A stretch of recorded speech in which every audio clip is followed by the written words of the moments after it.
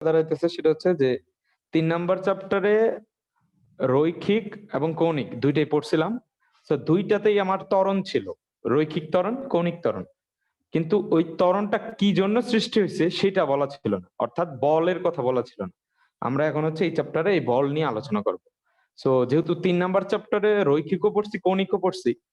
So রৈখিক বস্তুর ত্বরণের জন্য যদি বলের দরকার হয়, কৌণিক বস্তুর ত্বরণের জন্য কিছুর দরকার হবে। সেই জিনিসটাও এই চ্যাপ্টারে আছে। সো এই চ্যাপ্টারে যত ডিপতে যাব অনেকগুলা বিষয় চলে আসবে। এখানে অ্যাঙ্গুলার পড়াগুলোও থাকবে। কারণ কি? কারণ ২ আর ৩ এর ৩ আর ৪ এর মধ্যে একটাই পার্থক্য যে ওইখানে হচ্ছে বল প্রয়োগ করলে ত্বরণ হয় বা বল প্রয়োগ করলে কোনো না কোনোভাবে বস্তুটা ঘুরার চেষ্টা করবে। আমি এগুলা ব্যাখ্যা করব ভালো কইরা। কিন্তু ওইখানে প্রয়োগ করা যেত না। ওইখানে হচ্ছে অলরেডি প্রয়োগ করে ফেলছে। সেই সিচুয়েশনটাকে আমাকে ব্যাখ্যা করতে হবে যে কিভাবে কি হইছে বা সামথিং। আর এই চ্যাপ্টারে হচ্ছে যে ওইটা এখন তোমার ১ম থেকেই শিখা লাগবে যে যেই স্টেটে ছিল সেটার উপর প্রয়োগ করার পর কি ঘটনা ঘটতে পারে। সেখানে অনেকগুলা বিষয় থাকে আর কিছু, কিছু অল্প, অল্প টপিকে হচ্ছে যে তোমার কম আলোচনা করা থাকে। যার কারণে হচ্ছে আমাদের ইয়েতে মানি আ নিউটনের ১ম সূত্র, ২য় সূত্র, ৩য় সূত্রের মধ্যে আমাদের হচ্ছে মাঝে, মাঝে কিছুটা ঘাটতি থেকে যায়। তো আমি ওইগুলো আলোচনা করব। তো আজকে হচ্ছে যে সবার ১ম এ যেটা নিয়ে আলোচনা করব যে এটা হচ্ছে যে বল, যার ইংরেজি হচ্ছে ফোর্স। সো সেইটা কি? বল বা ফোর্স কি? সেইখানে খেয়াল করো যে আমি একটা সিম্পল ঘটনা দেখাই। সেটা হচ্ছে যে ধরো এই হচ্ছে ভূমি। সেই ভূমির উপর এখানে একটা বস্তু আছে। স্থির অবস্থায় আছে। ঠিক আছে?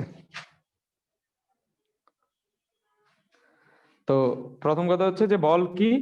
তো এইখানে আমি যদি এই বস্তুটার উপর এমন কিছু প্রয়োগ করলাম, যেটাকে ধরো আমি এফ দ্বারা প্রকাশ করলাম, যার কারণে বস্তুটা স্থির ছিল একটু পরে এখানে চলে আসতে পারছে। সেই ঘটনাটাকে আমরা কি বলতে পারি? ফার্স্ট কথা হচ্ছে যে স্থির বস্তুকে কি করলো? গতিশীল করলো। স্থির বস্তুকে গতিশীল। সিম্পল হিসাব। দেন সেকেন্ডটা দেখো যে ধরো উল্টাটার কথা চিন্তা করো। যে এই বস্তুটা তো ভাই একটা বেগ নিয়ে আসতেছে। দেন আমি কি করলাম যে বিপরীত দিক থেকে একটা ফোর্স বা এমন কিছু প্রয়োগ করলাম যার কারণে বস্তুটা এইখানে স্থির হয়ে গেছে। তো সেকেন্ড কেসটা যেটা আসতেছে যে গতিশীল বস্তুকে কি করলাম? স্থির করলাম। মানে একটা বস্তু গতিশীল হয়ে যাইতেছিল, আমি একটা কিছু প্রয়োগ করে ওটাকে স্থির করলাম। তো ওই জিনিসটাকে আমরা বল করতেছি। তার মানে বল প্রয়োগে স্থির বস্তু গতিশীল হয়। উল্টাটাও সত্য যে গতিশীল বস্তু কি হতে পারে? গতিশীল বস্তু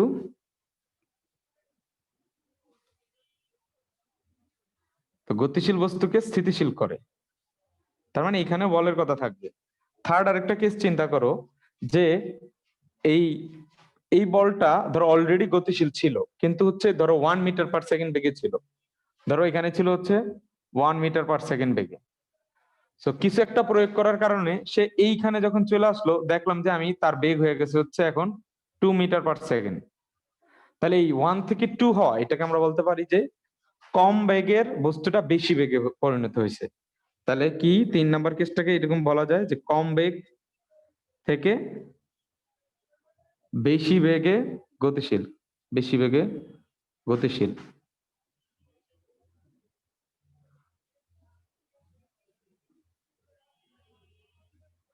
আর ৪ নাম্বারটা তার উল্টাটা ধরো যে অলরেডি সে বেশি বেগে ছিল মানে অনেক ভেলোসিটিতে আসতেছিল।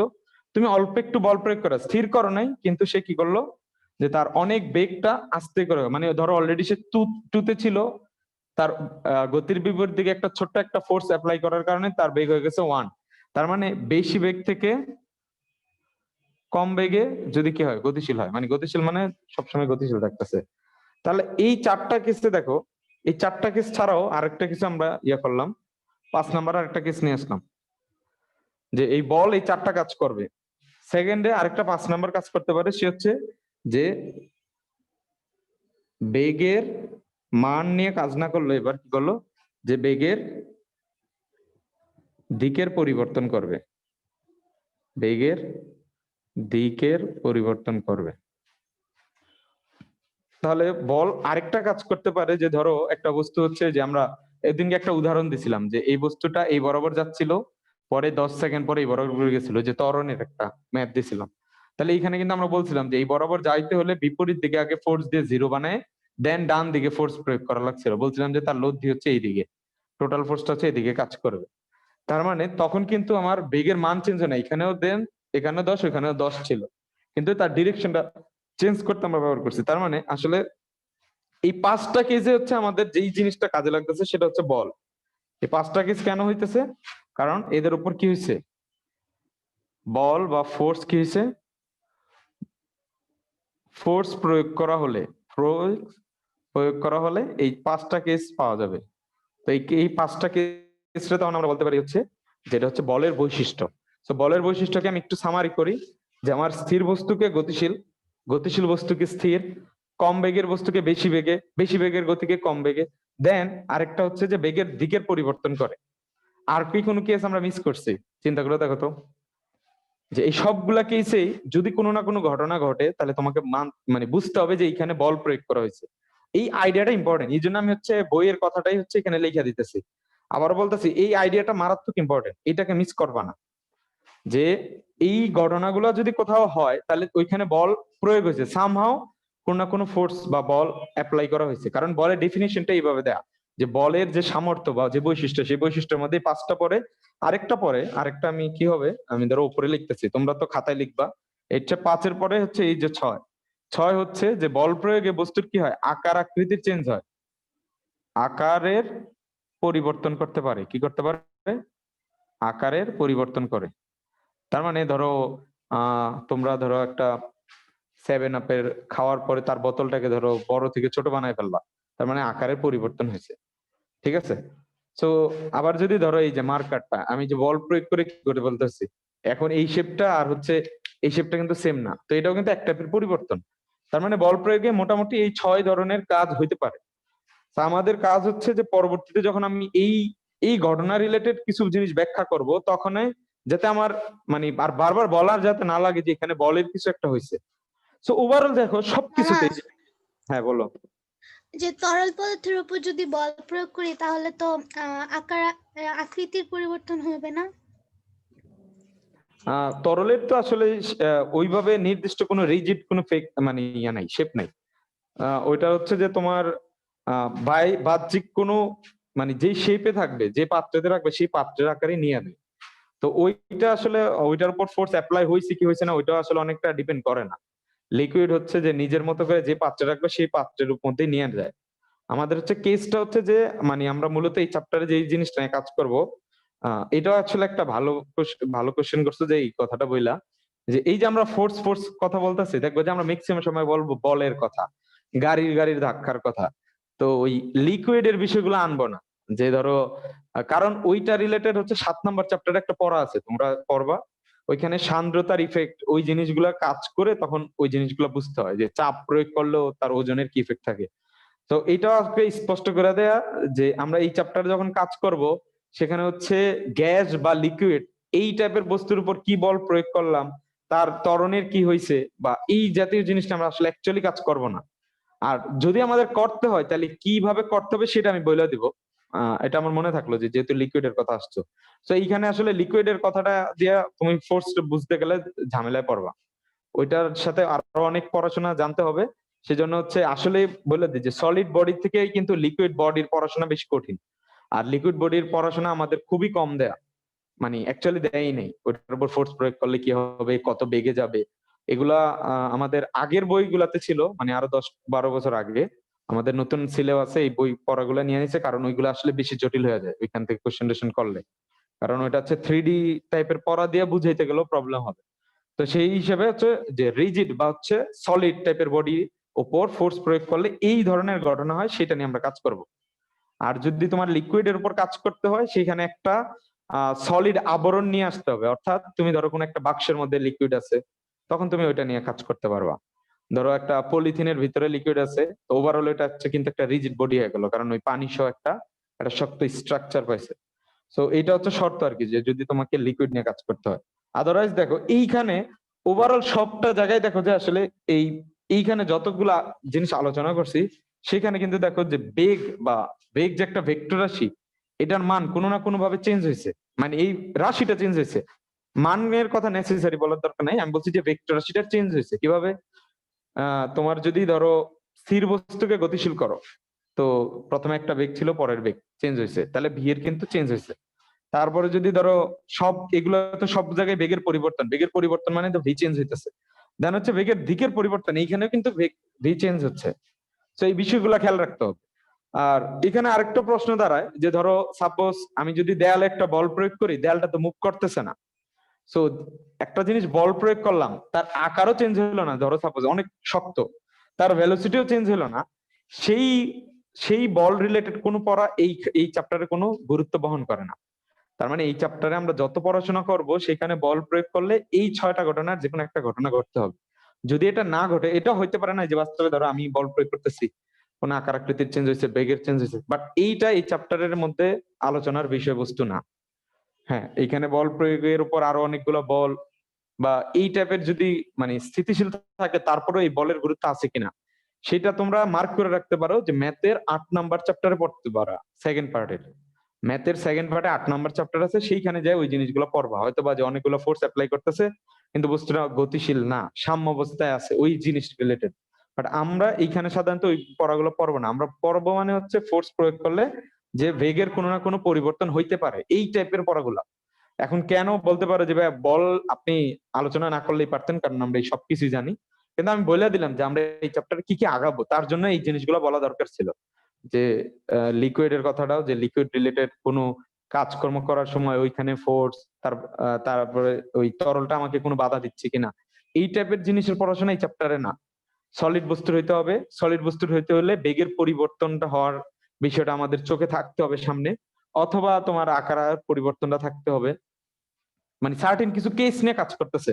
তার মানে এই চ্যাপ্টার করার পর তুমি যে ওভারঅল ফোর্স কে মাস্টার করতে পারবা, বিষয়টা এরকম না। ফোর্স একটা ভেক্টর রাশি, এটা আরো সিচুয়েশনে আরো অনেকগুলো কাজ মানে চেঞ্জ হতে পারে। যেমন এর পরের চ্যাপ্টার হচ্ছে কাজ, কাজ মানে হচ্ছে বল ইনটু সরণ, তো ওইখানেও ফোর্স থাকবে।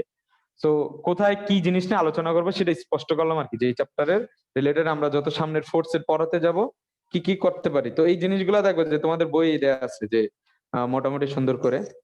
দেন এরপরে হচ্ছে যে মৌলিক বল, সেই জিনিসগুলা নিয়ে। তো এটা হচ্ছে আমি মুছে দিতেছি। হুম। তো এখানে হচ্ছে ফোর্স প্রয়োগ করা হলে আর কি যে এই কাজগুলোর একটা হবে, আর যদি না হয় সেই টাইপের ফোর্স নিয়ে আমরা এখানে আলোচনা করতেছি না। আর ফোর্সের যে কত ধরন আছে, কত প্রকারভেদ আছে, এগুলার শেষ নাই। মানে পড়বা, প্রচুর পড়া লাগবে। এই বল রিলেটেড রাশি প্রায় মিনিমাম 20টার উপরে আছে তোমাদের ওভারঅল পুরো ফিজিক্স বইয়ে। সো শেষ নাই। এটা হচ্ছে এইখানে হচ্ছে ফান্ডামেন্টালি ভালো করে বুঝতে হবে। তো এখন হচ্ছে কাজ হচ্ছে যে মৌলিক বল। তো মৌলিক বলটা হচ্ছে কলেজে অনেক ইনফরমেটিভ, মানে এগুলো আসে ফান্ডামেন্টাল ফোর্স হিসেবে। তো এখানে হচ্ছে 4 ধরনের মৌলিক বল বলা যায়। এখন ফার্স্ট কথা হচ্ছে যে মৌলিক এই টার্মটার সাথে তোমরা সবাই পরিচিত, তো আমার আসলে তেমন ভাঙা বলার কিছু নাই। এমন কেউ আছে যে এখানে যে মৌলিক আর যৌগিক এই দুটো ওয়ার্ড বুঝো না? আমার মনে হয় না। আমার মনে হয় যে সবাই জানো যে মৌলিক বলতে কি বলা হয়, যৌগিক বলতে কি বোঝায়। অর্থাৎ মৌলিক বলের ডেফিনেশনটা আমরা যেভাবে যৌগের আর মৌলের ডেফিনেশন দিতাম সেম হবে, কিন্তু সামনে শুধু বলের আহ আহ বলের বৈশিষ্ট্যটাকে অ্যাড করতে হবে, আর কিছু না। তার মানে মৌলিক বল কি হতে পারে, অর্থাৎ যে সকল বল অন্য কোনো বলের মানে সমন্বয়ে তৈরি করা হয় না, বরং অন্যান্য বল এই মৌলিক বলের কোনো না কোনো রূপ আকারে প্রকাশ করি, তখন আমরা বলতে পারি যে ওইরা হচ্ছে যৌগিক। আর যাদের রূপ আকারে আমরা হচ্ছে নিয়ে যেতেছি তারা হচ্ছে মৌলিক। তো এইগুলার ডেফিনেশন কি বা সামথিং কি, এই টাইপের সংজ্ঞা কিন্তু তুমি অবশ্যই এক্সপেক্ট করবে না যে ধরো আমি খাতায় লিখাই দিব যে মৌলিক বল একে বলে ওইকে বলে। আমি বলে দিচ্ছি আমরা কিন্তু স্পেসিফিক্যালি যে তোমাদের বেসিকে যে জায়গাতে তোমরা ঘাটতি হবে বা যেটা চিন্তা করার বিষয়, সেই জিনিসগুলো নিয়ে কাজ করব। একদম বইয়ের কোনো ডেফিনেশন নিয়ে কাজ করব না। বইয়ের ডেফিনেশন কি, মৌলিক বল কাকে বলে, মানে এই টাইপের সংজ্ঞা বা এই জিনিসগুলো এখানে লেখায় সময় নষ্ট করবো না। এগুলো সুন্দর করে বই আছে।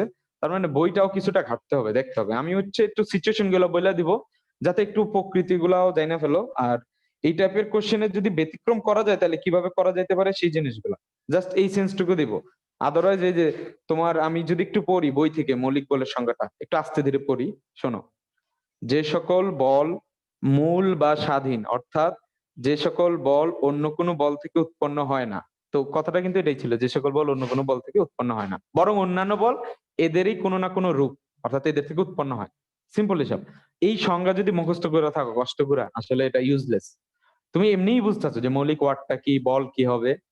তো এইগুলো এখন মুখস্থ করার বিষয় না, আর এইগুলো যদি এখন তোমার মুখস্থ করা লাগে তুমি অলরেডি কিন্তু অনেক ক্ষেত্রে পিছিয়ে থাকবা।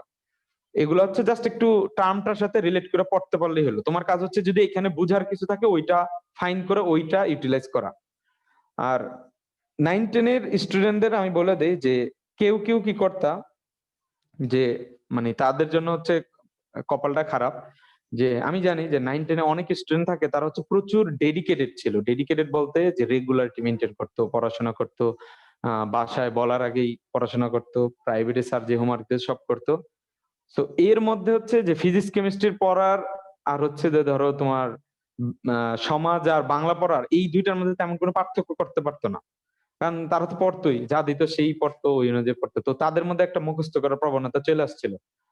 তো যার কারণে দেখা গেছে যে আমাদের ক্লাসে মাঝে মাঝে কোশ্চেন করতো যে এই 10 জুল কাকে বলে, স্যার বলতো। তারপর বলতো 5 ভোল্ট কাকে বলে। তো এইটা হচ্ছে দেখা গেছে অনেকে যারা মুখস্থ করতো তারা পাইরে ফেলতো। বাট সমস্যা এটাই যে ইন্টারভিউটা দেখলা যে এরকম সংজ্ঞা 300-400-এরও বেশি, কারণ সব মুখস্থ করবা। 10 ভোল্ট কাকে বলে, 10 জুল কাকে বলে। তো মানে যা যা একক আসা যায় সবগুলা থেকে এই টাইপের কোশ্চেন গুলা, যে বিশেষ এটা করে কিন্তু অনুধাবন feasible না। কোয়েশ্চেন আসতো যে এত হুম হুম। ভোল্ট দিয়ে কি বোঝায়। হ্যাঁ, তো এখন আমাদের যে প্রবলেমটা হবে যে এইভাবে ডেফিনিশন ওয়াইজ পড়ে গেলে হবে না। আমাদের হচ্ছে যে ইকুয়েশন গুলাকে বুঝতে হবে, আর ইকুয়েশন থেকে ডেফিনেশন দেওয়ার প্র্যাকটিসটা করতে হবে, যেটা হচ্ছে আমরা ওই যে অলরেডি কিছু ইকুয়েশন আমরা দেখাইছিলাম, যে যাকে সংজ্ঞা দিব, যার মাধ্যমে দেব, বাকি সবাইকে ওয়ান বানাই ফেলতে হবে। অর্থাৎ যারা আগে জাস্ট ওই রেগুলারিটির কারণে ক্লাসের সবচেয়ে ভালো স্টুডেন্ট হইতা তাদের জন্য খারাপ, কারণ এইটার এখন কোনো ভ্যালু নাই। তুমি ভাইভাতে যাবে, তোমাকে ভাইভাতে কখনো কোশ্চেন করবে না এই বলো 10 ভোল্ট কাকে বল, না এগুলো কোশ্চেনই করবে না। তার মানে ওই টাইপের স্টুডেন্টদের নেচার গুলো যদি এখন থাকে তোমাদের মধ্যে, তোমাদের চেঞ্জ করে আনতে হবে। অর্থাৎ মৌলিক মৌলিক বল কাকে বলে এই সংজ্ঞাটা খুবই গুরুত্বপূর্ণ। এটা আমাদের বইয়ে আছে, তার মানে আমাকে পারতে হবে সংজ্ঞা ওয়াইজ, না বুঝা। মানে আমি জাস্ট উদাহরণ দিতেছি মৌলিক বল, আমি বলতেছি যে এরকম অনেক কিছু থাকবে যেগুলোকে তোমাকে কি করতে হবে, খুব এফিশিয়েন্টলি কি করতে হবে, হ্যান্ডেল করতে হবে। অর্থাৎ তুমি বেসিকটা জানবা, হয়তোবা বইয়ের পুরো লাইনও না জানবা, বাট তুমি জানো যে বিষয়টা কি, লিখতে পারবা, এনাফ। নট মানে বইয়ের লাইন টু লাইন মুখস্থ করা, কারণ এই টাইপের কোশ্চেন আসবেই না। তোমরা বোর্ডের যদি কোশ্চেন গুলো অ্যানালাইসিস করো, মানে খুব রেয়ারলি দেখবা যে মৌলিক বল কাকে বলে বা সামথিং এই টাইপের। হ্যাঁ, বাট মৌলিক বল কোথায় কাজ করে বা এগুলো এগুলো নিয়ে তো আমরাও আলোচনা করবো, আমরাও বলবো। আমার কথা হচ্ছে যে কোথায় এফোর্ট দিবা, সেই জিনিসটা এখন চেঞ্জ হয়েছে। 9-10-এর তুলনায় এটা চেঞ্জ হয়েছে। আবার বলতেছি তোমাদের যে কলেজে এটা এটা যে আমি, তুমি কেমিস্ট্রি ধরো বা ফিজিক্স ধরো বা ম্যাথ ধরো, সবটার জন্য বিষয়। তার মানে তোমার জ্ঞানমূলক ভিত্তিক নলেজ খুব কম হেল্প করবে তোমাকে, অ্যাটলিস্ট সায়েন্সের বিষয়গুলোতে। তো তোমাকে হচ্ছে ওইগুলাকে খুব এফিশিয়েন্টলি হ্যান্ডেল করতে হবে। এফিশিয়েন্টলি বলতে যে আমি জানি যে কেউ যদি আমাকে মৌলিক বল বলে আমি সংজ্ঞা বলতে পারবো, বাট বইয়ের লাইন বলতে না হলেও আমি জানি এটা কিভাবে। আমি জাস্ট রিপ্রেজেন্ট করলাম মৌলিক বল, বাট এটা আরো অনেকগুলা কেসে চলে আসবে। তাহলে এখন ফার্স্ট কথা হচ্ছে যে তাহলে তার চারপাশে তুমি যে কোনো প্রকার ফোর্স দেখো, এই ফোর্স গুলাকে যদি একদম মানে যদি তারা হচ্ছে গুচ্ছ আকার থাকে, মানে হচ্ছে যে ধরো যৌগিক বল আকারে তুমি দেখতেছো সাপোজ, তো এইগুলাকে যদি ভাগ করতে থাকো, ভাগ করতে করতে করতে সবার শেষে যায় যে মৌলিক বল পাবা, সেই মৌলিক বলে এই চারটা বলই দৃশ্যমান। অর্থাৎ তুমি চারপাশে যত রকমের ফোর্সই দেখো, এগুলা যদি ভাঙতে থাকো, সবার নিচে যে এমন চারটা ফোর্স পাবে যাদেরকে ভাঙা যায় না। তো সেই চারটা ফোর্সের মধ্যে প্রথমটা হচ্ছে যে তোমার হচ্ছে মহাকর্ষ বল। তো এটা সবাই জানি, এই টাইপের ম্যাথ গুলা দিয়ে তোমরা 9-10 কইরেও আসছিলা যে মহাকর্ষ বল। 2 নাম্বার কেস হচ্ছে যে তড়িৎ চুম্বকীয় বল। তো তড়িৎ চুম্বকীয় বল।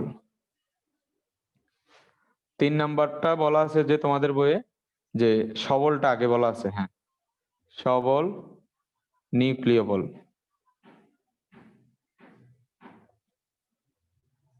সো এই বল রিলেটেড অনেকগুলো ইনফরমেটিভ তোমার নলেজ আছে, এগুলো তোমাদের বাসায় বসে করবা খুব ভালো করে।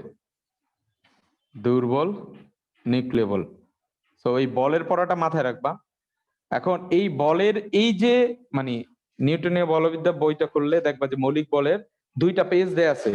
এই 2টা পেজ তুমি সেকেন্ড পার্টে আরো 2টা জায়গায় পাবা।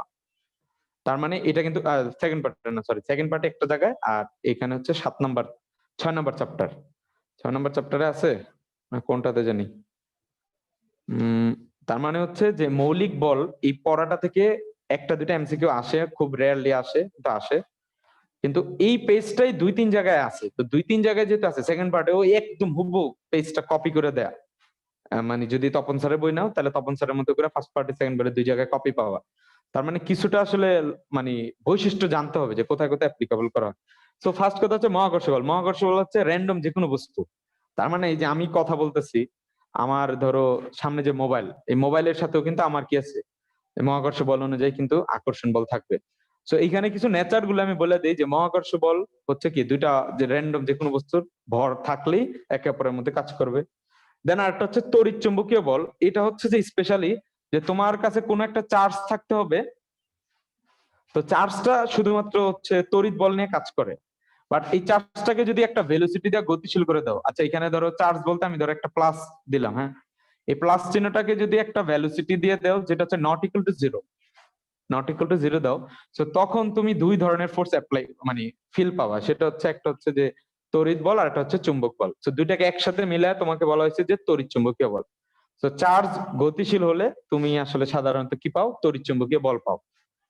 তো তড়িৎচুম্বকীয় বল নিয়ে এখানে অবশ্য আরো কিছু তোমার এমসিকিউ গুলা পড়বা, যে মহাকর্ষ বলের জন্য হচ্ছে যেই পার্টিকেল গুলা দায়ী সেটাকে বলা হচ্ছে গ্র্যাভিট্রন। আর এইটার জন্য তড়িৎচুম্বকীয় বলের জন্য যে পার্টিকেলটা দায়ী সেটাকে বলা হয় হচ্ছে ফোটন। ঠিক আছে, মানে ধইরা নেওয়া হয় যে যে কোনো র্যান্ডম যদি দুইটা বস্তু নাও তার ভিতরে গেলে যে একদমই মৌলিক মানে আর এমন কিছু কণা থাকে, ম্যাজিক্যাল কণা। তো ওইটার নাম দিয়েছিল হচ্ছে নিউটন হচ্ছে গ্র্যাভিট্রন। আসলে গ্র্যাভিট্রন কণাটার অস্তিত্ব এখন পর্যন্ত পাওয়া যায় নাই অ্যাকচুয়ালি, কিন্তু জাস্ট ধইরা নেওয়া হয় যে যে কোনো বস্তুর যদি ভর থাকে ওই ভরের মধ্যে গ্র্যাভিট্রন কণাটা আছে, যার কারণে একটা বস্তুর গ্র্যাভিট্রন কণা আরেকটা বস্তুর গ্র্যাভিট্রন কণাদের মধ্যে কি আছে, আকর্ষণ বল কাজ করে। তো এই যে কোন কণার জন্য কোন বল দায়ী এই টাইপের এমসিকিউ আসতে পারে। বাট এটা আসলে অতটা ইফেক্টিভ না যে মানে গ্র্যাভিট্রন বিষয়টা, কারণ এটা হচ্ছে দেখা গেছে যে বাকি তিনটার জন্য কণা পাওয়া গেছে। মানে তড়িৎচুম্বকীয় বলের জন্য ফোটন কণা পাওয়া গেছে যে ফোটন কণার হচ্ছে দায়ী। তো চার্জ যখনই থাকতেছে তখন দেখবে যে কোথাও না কোথাও ফোটন এই বিষয়টা চলে আসবে। এই বিষয়গুলো আমরা আলোচনা করবো আস্তে ধীরে। দেন হচ্ছে সবল নিউক্লিয় বল, দুর্বল নিউক্লিয় বল। তো এইখানে দেখো যে তোমাদের বইয়ে সবল নিউক্লিয় বলের জন্য যেই কণাটা বলা হয়েছে সেটা হচ্ছে যে তোমার গ্লুঅন কণার কথা বলছে। তো আবারও দেখতেছে, দেখো আমারও কিন্তু মুখস্থ থাকে না।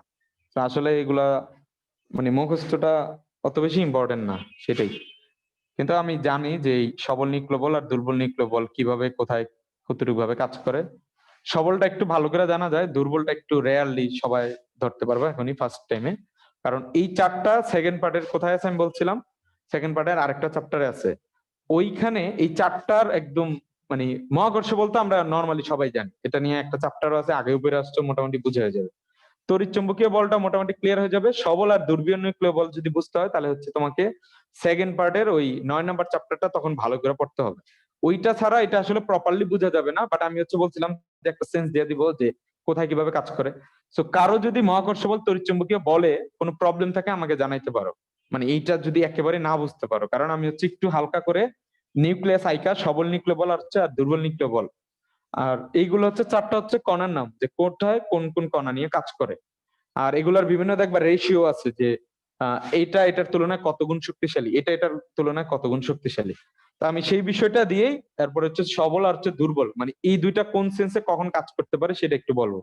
এখন যদি কারো 1 আর 2 প্রবলেম থাকে আমার জানাইতে পারে যে মহাকর্ষ বল আর তড়িৎচুম্বকীয় বল একটু কম বুঝো, ঠিক আছে। আর আবার বলেছি যে সবল আর দুর্বল নিউক্লিয় বল প্রপারলি যদি বুঝতে হয় তখন ওই চ্যাপ্টারের জন্য ওয়েট করতে হবে। আর ওই চ্যাপ্টারে আমরা হচ্ছে বিভিন্ন ধরনের বিকিরণ সহ আরো অনেক কিছু ডিটেলস আলোচনা করব। তো ওইগুলো আসলে ভালো করে না পড়লে আসলে প্রপার ওয়েতে সেন্সটা পাবা না এই এই দুইটা জিনিসের। বাট একটু আর কি লজিকটা বিল্ড করলাম যে হ্যাঁ ঠিক আছে, সবল নিউক্লিয় বল এখানে কাজ করে, দুর্বল নিউক্লিয় বল এখানে কাজ করে। তো ফার্স্ট কথা হচ্ছে যে দেখো আমি বই থেকেই বলি যে বই থেকে বলছে যে সবচেয়ে দুর্বল হচ্ছে মহাকর্ষ বল, সবচেয়ে উইক। আর সবচেয়ে সবল হচ্ছে সবল নিউক্লিয় বল। তো সবচেয়ে সবল নিউক্লিয় বল, ঠিক আছে। তো তারপরে হচ্ছে যে সবল নিউক্লিয় বলের পরে হচ্ছে তড়িৎচুম্বকীয় বল সেকেন্ড, মানে আমি যদি র্যাঙ্ক করি তাহলে এটা হচ্ছে 1 নাম্বার, এটা হচ্ছে 2 নাম্বার, আর দুর্বল নিউক্লিয় বল হচ্ছে 3 নাম্বার, আর 4 নাম্বার হচ্ছে মহাকর্ষ বল। সো সেই রেশিওতে দেখবা যে তোমাদের বইয়ে দেয়া আছে যে মহাকর্ষ বলকে যদি 1 ধরা হয়, তো সবচেয়ে বড় কে সবল নিউক্লিয় বল, সেটা হচ্ছে কত 10⁻41 না 42? 41। আচ্ছা 41 ধরছে। আর তড়িৎ চুম্বকীয় বল হচ্ছে র্যাঙ্কে সেকেন্ড, সেটা হচ্ছে 39। এটা কত 10⁻39। আর দুর্বল নিউক্লিয় বল হচ্ছে 10⁻30। ঠিক আছে, সো এই রেশিওটার হিসাব তো বুঝতেছো, মানে এটার পাওয়ার 1 ধরলে এটার পাওয়ার হলো 10⁻39 গুণ, মানে এর তুলনায়। এখানে কিন্তু আমি কোনো নিউটন দেই নাই, আবার বলে দিতেছি। তোমরা ভাবতেছো যে বল অনেকে ধরে বলতে পারে নিউটন, তার মানে একদম বেসিক্যালি কথা বোঝাই যাইতেছে যে সবল নিউক্লিয় বলের এই শক্তির মানটা কি মহাকর্ষ বলের তুলনায় কত 10⁻41 গুণ বেশি। জাস্ট এখন যেই এককে নাও 10⁻41 গুণ বেশি হবে। এখানে কিন্তু আবারও বলতে চাইছি যে এটা 1 নিউটন বলে না, এটা একক ধরছে। তার মানে এটা মূলত হচ্ছে 1 বাই, মানে এই সবগুলো হচ্ছে মূলত অনুপাত দিয়ে বের করা।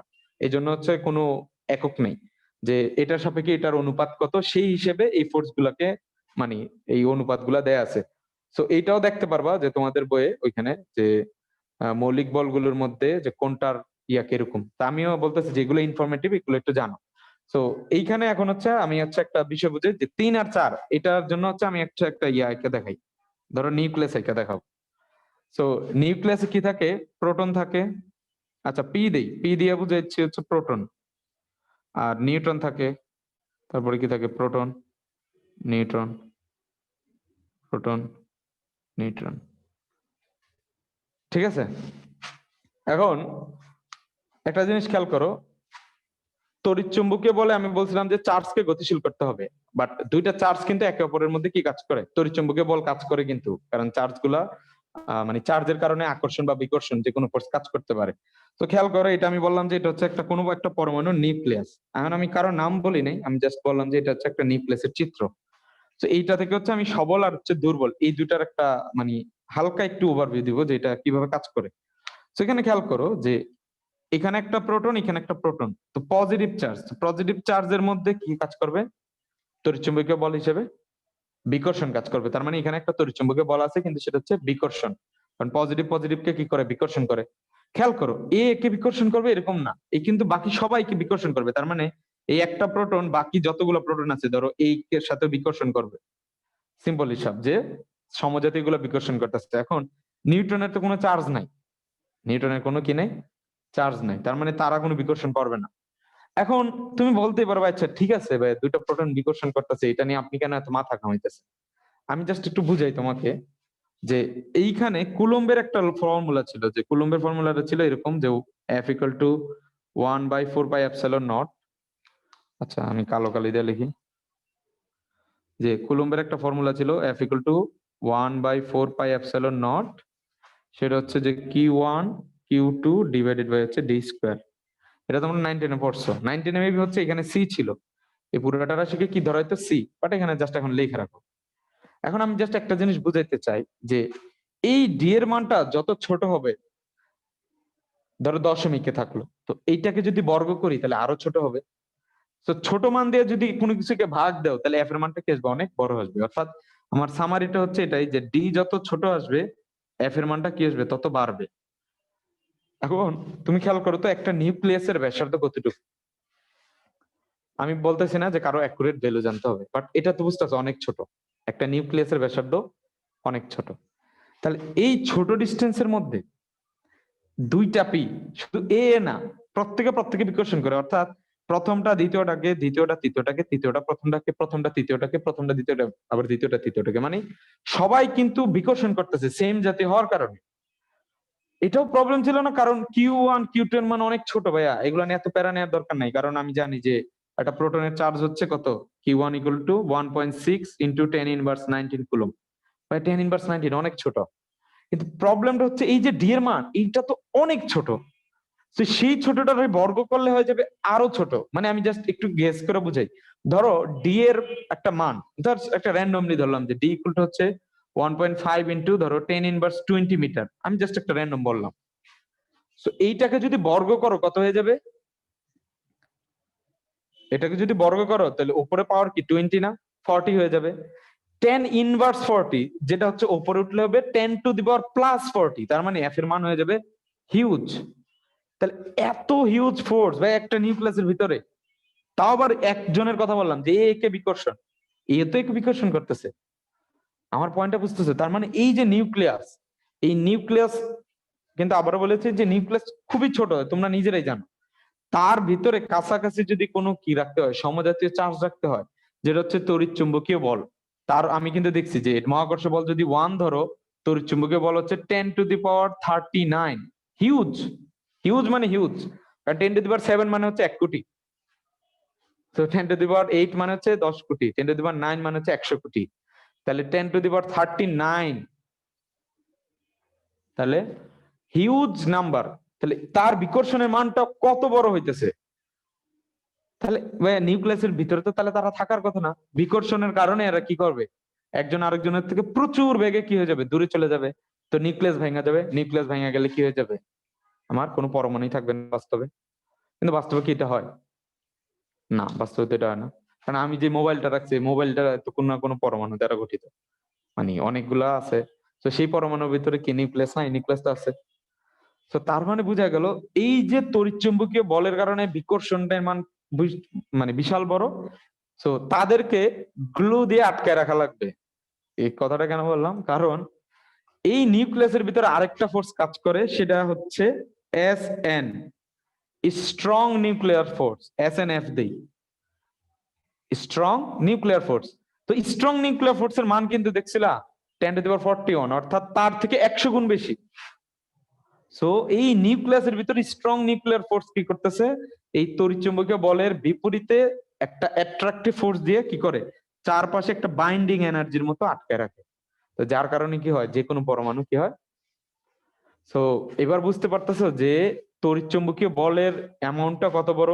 সেইটাকে নিউক্লিয়াসের ভিতরে স্টেবল করে রাখতে হলে তার চেয়েও বেশি শক্তিশালী কারো দরকার ছিল। তো যেটা নাম দিছে সবল নিউক্লিয় বল। আবার সেটার নাম কেন গ্লু অন দিল, সেটাও আসলে অনেকটা আর একটু প্রেডিক্ট করা যায়, বাট অ্যাকচুয়ালি যে দিছে সে বলতে পারবে যে কেন গ্লু অন দিছে। তাহলে সবল নিউক্লিয় বল নিউক্লিয়াসের ভিতরে কাজ করে, কিন্তু নিউক্লিয়াসের ভিতরে কিসের এগেইনস্টে কাজ করে, যে সবগুলা নিউক্লিয়াসের ভিতরে যাই যে থাকবে, ধরো প্রোটন নিউট্রন, সবগুলাকে একসাথে একটা জায়গায় স্থির রাখার জন্য কাজ করে। তো এইটার মান কিন্তু এটার তুলনায় 100 গুণ বেশি। তাহলে এটা কিন্তু আর এখন প্রশ্ন করবে না। এখন আমি একটা র্যান্ডম একটা উদাহরণ দিব। সেই উদাহরণটা মানে আমি তো বুঝাই দিলাম যে হ্যাঁ, স্ট্রং ফোর্সের কারণে এটা আটকে থাকতেছে। তাহলে দুর্বলের সাথে স্ট্রং এর সম্পর্কটা বুঝতে পারতেছো। এখানে একটা অনেকে তাহলে মানে অ্যাকচুয়ালি কি তড়িৎচুম্বকীয় বল এইটা কত বড়, এই জিনিসটা অনেকে এখন ঠিক মতো ধরতে পারতেছে না। আমি জানি, আমি বলছি যে এটা অনেক বড়, কিন্তু কত বড় সেই জিনিসটা ধরতে পারতেছে না। আমি তোমাকে একটা উদাহরণ দেব যে এইটার মান কত বড়, আবার এইটার থেকে এইটা যে কত বড়, সেই উদাহরণটা দিয়ে ওটা কমপ্লিট হয়ে যাবে। তো উদাহরণটা একটু ভালো করে খেয়াল করো। যে ধরো আমার রুমে এখন আমি একাই আছি, ঠিক আছে? তো ধরো ভবিষ্যতে কখনো অফলাইনে যদি পড়াই, তখন তোমরা আমার সামনে থাকবা। তো ধরো একজন মানুষ, একজন মানুষ, আমি আর এখানে ধরো তোমাদের মধ্যে যে কোনো একজন, ঠিক আছে? তো একটা নির্দিষ্ট দূরত্বে আছি। তো আমরা কিন্তু নিউট্রাল, হিউম্যান বডি নিউট্রাল ধরে নেওয়া হয়। তার মানে হচ্ছে আমার ভিতরে ওভারঅল যতগুলো পজিটিভ চার্জ, ঠিক ততগুলোই কি নেগেটিভ চার্জ। তোমার ক্ষেত্রেও সেম। সো অবশ্য কয়টা প্রোটন কয়টা ইলেকট্রন, এই নাম্বারটা কিন্তু হিউজ হবে। আমি জাস্ট র্যান্ডমলি ধরার জন্য ধরতে পারি, জাস্ট আমি একটু বুঝানোর জন্য, যে এটা হচ্ছে ধরো আমার কাছে ধরো 1000 কোটি, আর তোমার কাছে হচ্ছে ধরো 1000 কোটি, সেম ধরলাম। মানে 1000 কোটি কি, 1000 কোটি প্রোটন, 1000 কোটি ইলেকট্রন, 1000 কোটি প্রোটন, 1000 কোটি ইলেকট্রন, জাস্ট একটা র্যান্ডম ভ্যালু হিসাবে ধরলাম। কিন্তু যেহেতু প্রোটন আর নিউট্রন সমান, তার মানে কি হয়ে গেছে, নিউট্রাল হয়ে গেছে। তার মানে আমরা কিন্তু আসলে তেমন কোনো কিছু ফোর্স মানে দেখতে পাইতেছি না, যে আমাদের উপর কোনো চার্জ আছে কিনা, বা ধরো আমরা চাইলেও সুপারম্যানের মতো অত শক্তিশালী হইতে পারতেছি না। বাট আমি জাস্ট একটু কেসটা দেখাই যে এই হিউম্যান বডিতে ধরো প্রোটন বাড়ে নাই, জাস্ট আমার বডিতে যে পরিমাণ ইলেকট্রন ছিল তার 1% বাইরে গেছে, তোমার বডিতেও যে পরিমাণ ইলেকট্রন ছিল তার 1% বাইরে গেছে। তার মানে এখন আমাদের দুইজনের মধ্যে নেগেটিভ চার্জ চলে আসছে। তো নেগেটিভ চার্জ চলে আসলে আমি তুমি কি করবো, বিকর্ষণ করব। সো এই বিকর্ষণের ফোর্সের অ্যামাউন্টটা কত, এই বিকর্ষণের ফোর্সটা অ্যামাউন্টটা কত, জাস্ট এটার একটা মানে তুমি আন্দাজ করাই, আন্দাজটা করতে পারলে তখন বুঝতে পারবে যে তড়িৎচুম্বকীয় বল বা এই যে চার্জের কারণে যেগুলো আসতেছে এইটাই কত বড়। আর সেইটাকেও আটকে রাখতেছে হচ্ছে সবল নিউক্লিয় বল। তাহলে সবল নিউক্লিয় বল সম্পর্কে ধারণাটা ইয়ে হয়ে যাবে। এখন কথা হচ্ছে যে আমার বডিতে, তোমার বডিতে কিন্তু সবসময় হচ্ছে প্রোটন আর ইলেকট্রন সমান। তো যদি 1% বেড়ে যায় টোটাল ইলেকট্রনের, আবার এইখানেও 1% বেড়ে যায়, তাহলে আমরা কি করবো? একে অপরকে বিকর্ষণ করব, কারণ সমজাতীয় চার্জ একে অপরকে বিকর্ষণ করে। এখন এই বিকর্ষণের যে মানে যে বিকর্ষণ যে বল, সেই বলটা এতটাই শক্তিশালী যে সেটা দিয়ে তুমি চাইলে পুরো পৃথিবীকে আলগায় রাখতে পারো। অর্থাৎ যদি এই বিকর্ষণের অ্যামাউন্টের এনার্জিটা আমার হাতে চলে আসতো, আমি কি করতে পারতাম? আমি হাত দিয়ে পৃথিবীটা আটকে রাখতে পারতাম, কারণ পৃথিবীকে ওজন অনুযায়ী, তো এটা হচ্ছে একটা ক্যালকুলেশন করে আহ, কেউ না কেউ বের করছিল, আমি জাস্ট ইনফরমেশনটা দিলাম। তাহলে জাস্ট ইমাজিন করতে পারতেছো 1% ইলেকট্রন বৃদ্ধি হইলে কি হয়ে যেত। এখন এইটা বোঝার পর তোমাদের সবাই একটা মানে একটু দ্বিধাদ্বন্দ্বে পড়ে যাবে যে তাহলে ভাই আমরা কেন চারপাশে দেখি না কেন? মানে ভুলেও তো কখনো দেখি না যে একটা বিশাল পরিমাণ ফোর্স সামনে চলে আসছে। আসলে মজার বিষয় কি, এই যে তড়িৎচুম্বকীয় বল, এটা কি হতে পারে? অ্যাট্রাকটিভ হতে পারে, আর একটা কি হতে পারে? তোমার রিপালসিভ হতে পারে। তার মানে এই যে রিপালশন, বা এই রিপালশনটা এই কারণে দেখো না, কারণ ওই রিপালশনকে নেচারে যত পরিমাণ রিপালশন হইতেছে চার্জ গুলোর মধ্যে দিয়ে, তত সেম পরিমাণ কি হয়ে যাইতেছে তোমার মানে অ্যাট্রাকটিভ ফোর্সও আছে। সো এই যে দুই ধর্মের হওয়ার কারণে, এটা হচ্ছে নেচারটাই দেখো যে মানে সৃষ্টিকর্তা ওইভাবে বিল করে দিচ্ছে যে এইটা যেহেতু দুই টাইপের, তার মানে শুধু রিপালসিভই থাকবে না, অ্যাট্রাকটিভও থাকবে। সো অ্যাট্রাকটিভ আর হচ্ছে রিপালসিভ দুইটা একে অপরকে কি করে দিতেছে? একেবারে নিউট্রাল পজিশনে রাখতেছে। যার কারণে আমরা কি করতে পারতেছি না, আমরা এই বিশাল মানের ফোর্স গুলাকে চারপাশে দেখতে পারতেছি না, যার কারণে কিন্তু নেচারটা ভারসাম্যে আছে। তো ওই মানে অ্যাট্রাকটিভ রিপালসিভ এর বিষয়টা বুঝলাম। সেই জায়গায় আবার দেখো যে তাহলে বুঝতে পারতেছো যে তড়িৎচুম্বকীয় বলটা কত বড়। আর তাহলে ওইটা যদি ধরে ফেলতে পারো যে তুমি কি পরিমাণ ফোর্স হলে তুমি পৃথিবী আলগাইতে পারো, তুমি বুঝতে পারতেছো। পুরা পৃথিবীর কথা বলছি, পুরা পৃথিবীর ওজন হিসাব করে এই ইনফরমেশনটা বের করা, তাহলে ওই এক ওজনটা তুমি পার্সেন্ট আলগাই করতে পারবা। হ্যাঁ বলো। 1% প্রোটন বাড়লেও কি পৃথিবী পুরোটা হ্যাঁ আলগানো যাবে? সেম। তো 1% প্রোটন ইলেকট্রন চার্জ তো সেম, ইস্যু তো সেম। সো অবশ্য বাড়বে না, আরো কিছু রিজন আছে, কারণ চার্জ কখনো সৃষ্টি হয় না, এই কথাটা মাথায় রেখো। আমরা এগুলো পরবর্তীতে বলে দিব যে চার্জ কখনো সৃষ্টি হয় না, তার মানে 1% বাড়ার আসলে ওইভাবে সুযোগ নাই। কারণ প্লাস মাইনাস যেহেতু ব্যালেন্স করা, তার মানে বাড়বে না কোনো কিছুই তুমি চাইলেও। তো এটা নিয়ে চিন্তা করতে পারো যে চার্জ কেন সৃষ্টি করা যায় না। এগুলো আমরা পরবর্তীতে আলোচনা করব যখন চার্জের চ্যাপ্টার পড়বো স্থির তড়িতে। তো তখনকার সময় এগুলো আরো ভালো করে ক্লিয়ার করা যাবে। তাহলে এবার আমার জাস্ট আজকে এইটুকু কাজ ছিল যে তোমরা যখন মৌলিক বলটা পড়বা, আমি কিন্তু আবার বলে দিতেছি যে আমার এত বকবক করার পরেও কিন্তু তোমার অনেকগুলো ইনফরমেটিভ বা ইনফরমেশন কিন্তু মিসিং আছে। আমি জাস্ট বলছিলাম যে এটা নেচারটা বোঝানোর চেষ্টা করবো যে কোথায় কোনটা কিভাবে কাজ করে, তোমাদের কাজ হচ্ছে এটা বোঝা। এটা রিলেটেড যত ইনফরমেশন আছে তোমরা মাত্র ফার্স্ট ইয়ারে পড়ো, তো তোমাদের হচ্ছে বই ঘাইটা ভাইয়া এটা 1, এটা 10^39, এই জিনিসগুলো মুখস্থ রাখতে হবে। এটা কিন্তু পরীক্ষায় আসে, তো পরীক্ষা পারতে হলে ওই যে মাঝে মাঝে কিছু জ্ঞানমূলক তোমাদের মুখস্থ রাখতে হবে। তো এমন বললো না ভাই, মানে মুখস্থ রাখতে হলো যাতে তোমাদের মনে থাকে যে সবচেয়ে বেশি 10^41, আর তারপরে হচ্ছে 10^39। তো সেই জিনিসটা বোঝানোর জন্য হচ্ছে এই ঘটনাগুলো বলা, যাতে এগুলা বেশি মনে থাকতে পারে। তো এখানে অবশ্যই মাথায় রাখবা যে এই সবল নিউক্লিয় বল হচ্ছে গ্লুন, এটা হচ্ছে ফোটন। তো এইখান থেকে আমি ধরো একটা কোশ্চেন দিব, তোমরা একটু কইরো, মানে এই পুরো টপিকটা শেষ করে আমি একটা কোশ্চেন দিব। সবাই একটু মাথায় রাখো, সাথে ক্যালকুলেটরও রাখো। আচ্ছা ক্যালকুলেটর লাগবে না। সো এইখানে এরপরে আসে হচ্ছে দুর্বল নিউক্লিয় বল। এখন দুর্বল নিউক্লিয় বল আঁকার জন্য দেখো আমি একটা নিউক্লিয়াস আঁকলাম, কিন্তু এই নিউক্লিয়াসটা দেখো একটু বড় আঁকছি। আহ দুর্বল নিউক্লিয় বলের নেচারটা আসলে মানে একটু কঠিন আসলে ধরতে গেলে। তো মানে ওইটার জন্য আসলে খুব ভাইঙ্গা পড়া লাগবে, আদারওয়াইজ আসলে এটা হবে না। তাও জাস্ট এটা দেখবা যে তোমাদের বইয়ে যে বড় নিউক্লিয়াস ভাইঙ্গা ছোট ছোট নিউক্লিয়াস হওয়ার সময় দুর্বল নিউক্লিয় বলের কথা থাকে। যদি তোমাদের বইয়েই বলি যে দেখো, এই যে খেয়াল করো যে স্বল্প পাল্লার, আচ্ছা এইগুলো বললাম না, যে দেখো যে নিউক্লিয়াসের মধ্যে মৌলিক কণাগুলোর মধ্যে ক্রিয়া করবে দুর্বল নিউক্লিয় বল, কিন্তু ক্রিয়া করার পর অস্থিতিশীলতার উদ্ভব ঘটাবে। অর্থাৎ আমি যেটা বলছিলাম যে আমি আঁকলাম হচ্ছে বড় একটা নিউক্লিয়াস, তো এই বড় একটা নিউক্লিয়াস ভাইঙা ছোট দুইটা নিউক্লিয়াস হবে। সো এই বড় নিউক্লিয়াসটা যদি অস্থিতিশীল না হয়, এক্সাইটেড না হয়, কোনো কারণে ইমব্যালেন্স না হয়, তাহলে তো এটা যেমন আছে তেমনই থাকবে। যেমন এই বোর্ডের যেই সাদা কালারের যে এটা দেখতেছি, এটা কোনো পরমাণু, এটা স্থিতিশীল আছে, তাহলে এটা কখনো ভাঙতে দেবে ভাঙতে থাকবে না। তার মানে এই দুর্বল নিউক্লিয় বলের কাজই হচ্ছে যে তোমার বড় নিউক্লিয়াসকে ভাঙা ছোট নিউক্লিয়াস করার জন্য অস্থিতিশীল করা। অনেকটা হচ্ছে যে তোমার তেজস্ক্রিয় ঘটনাগুলোর সময় এই পড়াটা পড়বা। কেন পড়বা বলতো? কারণ তেজস্ক্রিয় ঘটনা কি হয়, একটা বড় নিউক্লিয়াস ভাঙা ছোট ছোট নিউক্লিয়াসে হয়। তো তোমরা কিন্তু এটা কেমিস্ট্রিতে পড়ছিলা, ফিজিক্সে পড়ছিলা, 9 10-এ মনে আছে কিনা। বাট এখানে জাস্ট একটু বললাম যে একটা বড় নিউক্লিয়াস যখন ভাঙা ছোট নিউক্লিয়াস হয় তখন ওইখানে তেজস্ক্রিয়তার উদ্ভব হয়। তো ওই অস্থিতিশীলতা ঘটাই হচ্ছে তোমার দুর্বল নিউক্লিয় বল, যেটা হচ্ছে WZ বোসন। তো এই বোসন কিন্তু কি, কোন বিজ্ঞানী বলতো? এটা কিন্তু তোমাদের এই উপমহাদেশেরই বিজ্ঞানী, ঠিক আছে? টেসলা। কি টেসলা?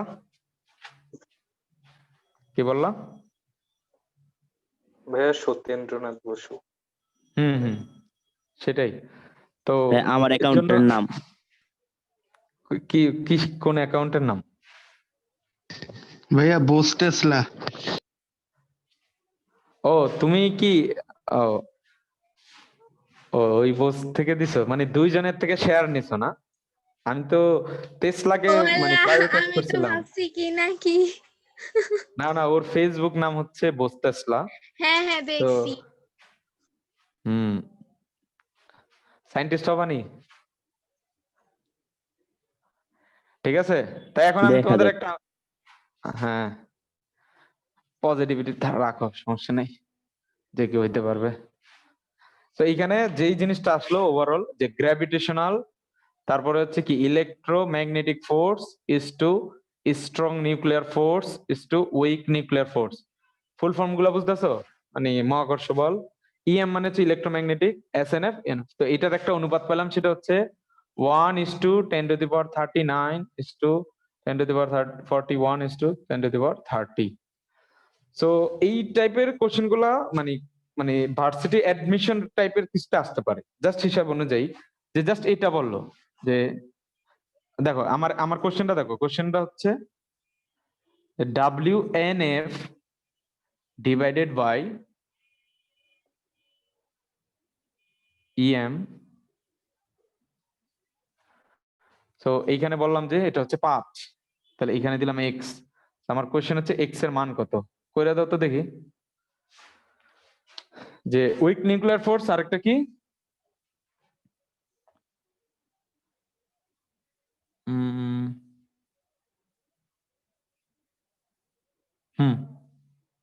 তো EM দিয়ে বোঝাইছে হচ্ছে ইলেকট্রোম্যাগনেটিক ফোর্স। সো EMF, আচ্ছা EM দিলাম, তাহলে এর অনুপাত হলে x এর মান কত দেখি, একজন করে দাও। 500। 500, আচ্ছা দেখতে হবে। আরেকজন করো তো দেখি।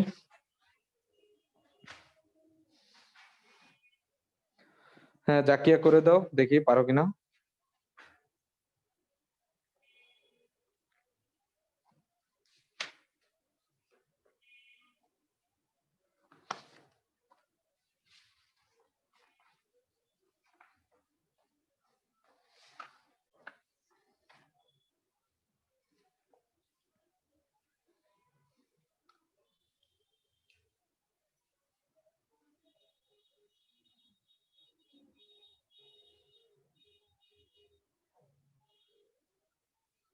করছো কেউ, অন্য কেউ করছো 500 ছাড়া?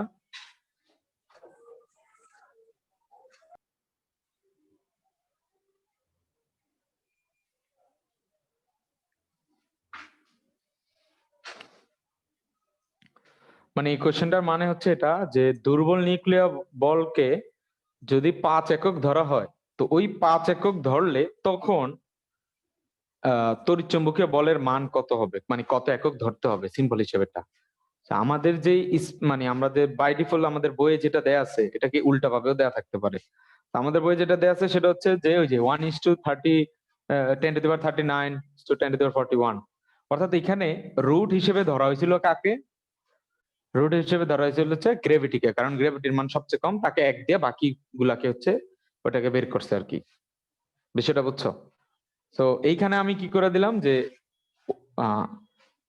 উইক নিউক্লিয়ার ফোর্স কে 5 একক বানাইলাম। এখন উইক নিউক্লিয়ার ফোর্স কে 5 একক বানাইতে হলে বাকি গুলাকে কি করতে হবে, সেটা তো আসলে এক লাইনে পারার কথা না তোমাদের, বলো।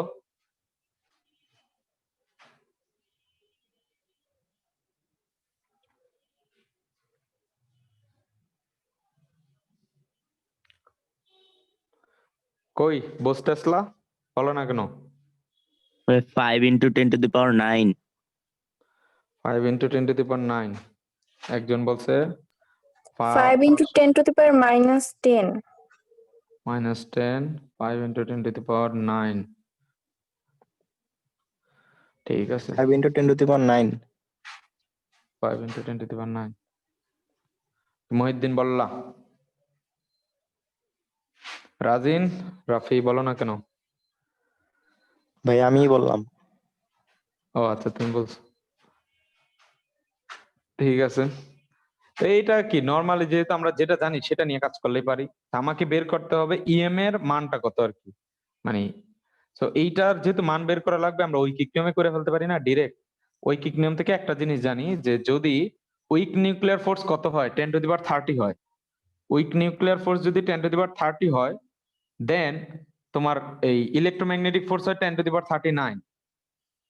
তাহলে এটা যদি 1 হয় তাহলে এটা কত আসবে, 10 to the power 39 divided by 10 to the power 30। আর এটা যদি 5 হয় তাহলে এটা কত দাঁড়াবে, 10 to the power 39 divided by 10 to the power 30 into 5।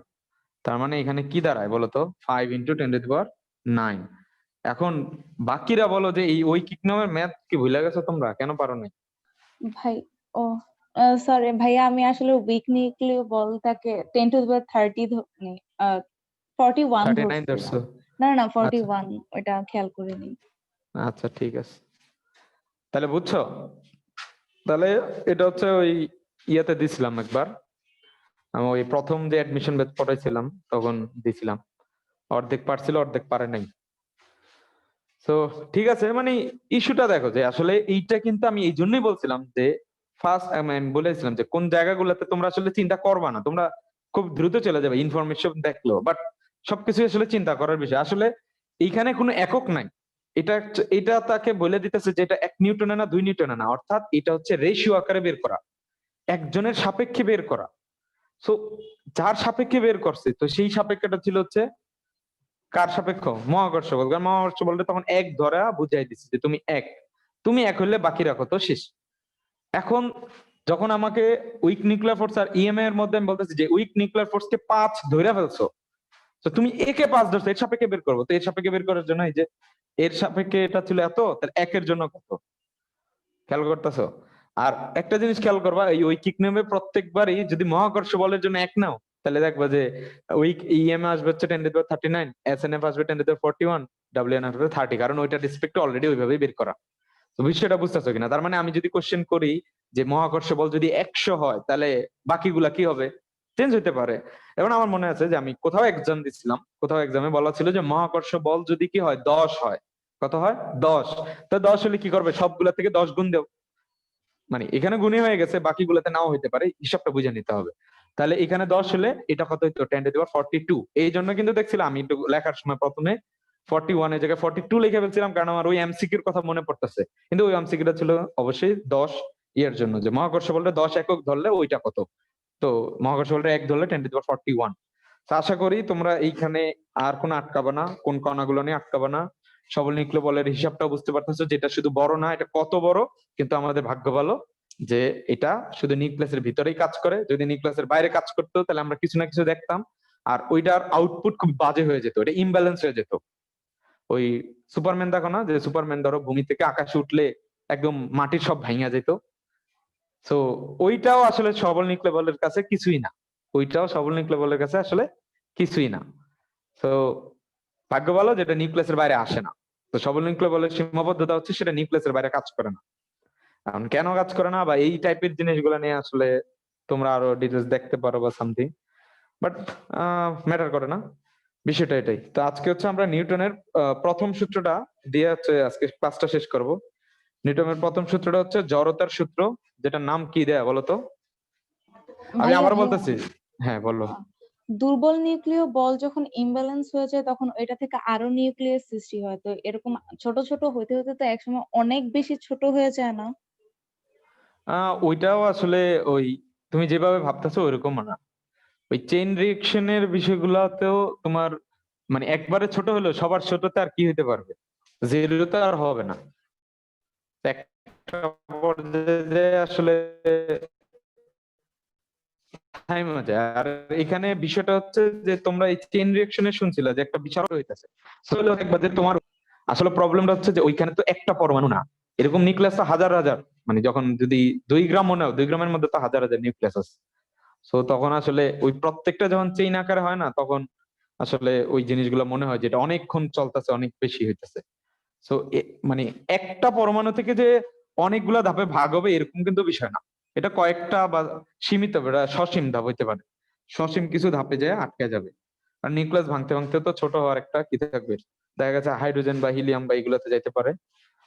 So তোমাদের এই মানে আমাদের বই হচ্ছে, আমি বলি যে তোমাদের সেকেন্ড পার্টে 9 নম্বর চ্যাপ্টার হচ্ছে নিউক্লিয়াস রিলেটেড পড়া আছে।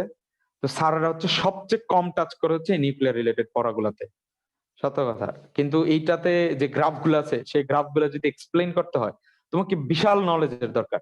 সত্য করে বলি, তোমরা হচ্ছে সেকেন্ড পার্টে যদি আজকে যা খোলো 9 নম্বর চ্যাপ্টার, ওইখানে দেখবে যে কিছু কিছু গ্রাফ দেয়া আছে পারমাণবিক সংখ্যার চেঞ্জের উপর ভিত্তি করে, ওইটার স্পেসিফিক পয়েন্টে কিভাবে বাড়লো কিভাবে কমলো সেই জিনিসগুলো সাধারণত আলোচনার বিষয় আনে না, যার কারণে পরীক্ষা কোশ্চেনে কখনো ওই চিত্র দেখবা না। আসলে ওইগুলাকে একটু মানে জাস্ট এটা চিন্তা করো যে আমি তোমাদের নিউটনের বলবিদ্যা শিখাবো হচ্ছে যে ধরো 10 ক্লাস বা যাই বলো 10টা ক্লাস যদি যায়, সেই জায়গায় ওই ক্লাসটা দেখবা যে কোনো স্যার যে কোনো জায়গায় একটা কি 2টা ক্লাসে সামারি করে। আবার মানে প্র্যাকটিক্যালি যদি দেখো যে কোনো সায়েন্টিস্ট যদি সামনে আসে, যদি শোনো যে সে পার্টিকেল নিয়ে পড়াশোনা করে, পার্টিকেল ফিজিক্স নিয়ে কাজ করে, তখন যারা বুঝে তারা বুঝতে পারে যে আসলে তার নলেজটা কোন লেভেলে। তার মানে আসলে ওইগুলোর পড়াশোনাগুলো আসলে অন্য একটা ডাইমেনশনের, বা বর্তমানে তো ঢাকা ভার্সিটিতে নিউক্লিয়ার ফিজিক্স বলে নাকি বলে, নিউক্লিয়ার ইঞ্জিনিয়ারিং পড়াশোনার সাবজেক্ট শুরু করছে। তো এই জন্য আসলে এগুলা মানে হায়ার এডুকেশনের মধ্যেই ধরে আর কি, যে যাদের পড়া তারা এক্সট্রা পড়ে নিতে হবে। তো ভাই এখন যে হচ্ছে আমরা এমআইটি ওপেন কোর্সে আছে অনেকগুলা। হুম সেটাই বললাম যে এটা পড়লে শেষ হবে না, কিন্তু তোমাদের আগে সিলেবাসটা কভার করতে হবে। সো জড়তা তো ফার্স্ট কথা হচ্ছে যে নিউটনের প্রথম সূত্র, নিউটন ফার্স্ট ল, সেটা তো আসলে বলার কিছু নাই, সবাই পারো যে আচ্ছা নিউটনের ফার্স্ট ল থেকে আমরা হচ্ছে আজকে 2টা টার্ম শিখবো। তো নিউটন একটা কথা বলছে, আমি পুরোটা কমপ্লিট করতেছি না, সে বলছিল যে বাহ্যিক বল শূন্য হলে, বাহ্যিক বল শূন্য হলে তার সামারিটা এরকম ছিল যে স্থির বস্তু চিরকাল স্থির থাকবে। কি থাকবে? স্থির বস্তু চিরকাল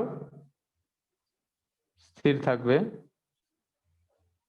আর গতিশীল বস্তু কি থাকবে বলতো?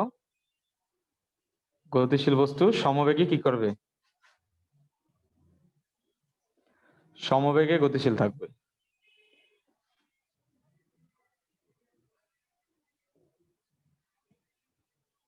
আমি তোমাদেরকে কোশ্চেন করতে চাই, বাহ্যিক বল কাকে বলে? বলো, এই বাহ্যিক বলটা কি? এনিওয়ান, কে বলতে পারবা? এই বাহ্যিক বল কাকে বলে বলো? ভাই মুখস্থ জানি আমি। সিস্টেমের বাইরে থেকে হ্যাঁ। কোনো বল আসলে। তো এখন এই যে ভেক্টর থেকে পড়ে আসলাম, এই ভেক্টর থেকে পড়ে আসার আগ পর্যন্ত কোথাও কি কেউ সিস্টেম টার্মটা শুনছো? মানে বইয়ের সিকোয়েন্সে যদি আসি, না মেবি। না, তাহলে সিস্টেম নাই, অথচ বাহ্যিক বল আমরা পড়তেছি।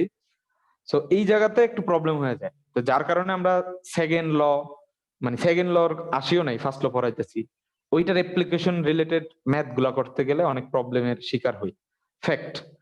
আর কেউ যদি ইঞ্জিনিয়ারিং মানে ভবিষ্যতে কোচিং করো, তখন দেখবা যে এই সিস্টেমকে ডিফাইন করে বাহ্যিক বলটাকে হাইলাইট করে ভাইয়েরা যখন ম্যাথ করায়, ওই ম্যাথ গুলা তোমরা মানে ওই ম্যাথ গুলা দিয়ে ভাইদের প্রতি ইমপ্রেস হয়ে যাও, কারণ ভাই সেকেন্ড ল এতগুলা ফোর্সের মধ্যে এইভাবে অ্যাপ্লাই করে ফেলতে পারলো এত সহজে।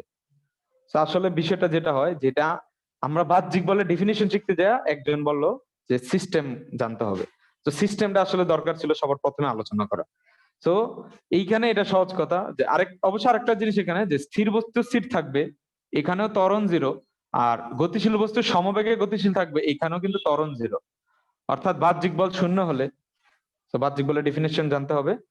আর এইখানে আরেকটা বিষয় যে এইখানে যে বাহ্যিক বল বললো, তো অনেকে ভাবে যে এখানে শুধু একটা বল। এটা কিন্তু রং কনসেপ্ট। এখানে একটা বল রং কনসেপ্ট। এখানে কি হইতে পারে, যে কোনো সংখ্যক বল হইতে পারে। তো যে কোনো সংখ্যকের মধ্যে কিন্তু একটা আছে, কিন্তু একটার মধ্যে কিন্তু যে কোনো সংখ্যক নাই। আমার পয়েন্টটা বুঝতে পারতেছো? তার মানে এই যে আমরা যেটা দেখতে অভ্যস্ত যে বাহ্যিক বল শূন্য, মানে আমাদের অনেকের মাথায় ধরে যায় যে এইখানে কোনো ফোর্স অ্যাপ্লাই হতে পারবে না। কোথায় হইতে পারবে না? আচ্ছা, বাহ্যিক বলের সংজ্ঞা শিখতে যেতে সিস্টেম পড়া লাগলো। এখন কথা হলো যে সিস্টেমটা কি আগে, তাহলে আসলে আমি আজকে সিস্টেমই পড়াইতে চেয়েছিলাম। এখন বলো যে এই সিস্টেম কি, কেউ একজন বলো। তোমাদের সিস্টেম নিয়ে আলোচনা করা হয়েছে কত নাম্বার চ্যাপ্টারে জানো? আমি বের করে দেখাই। সেটা হচ্ছে যে তোমরা যদি সেকেন্ড পার্টে যাও, থার্মোডাইনামিক্স এর একদম প্রথম দিকে,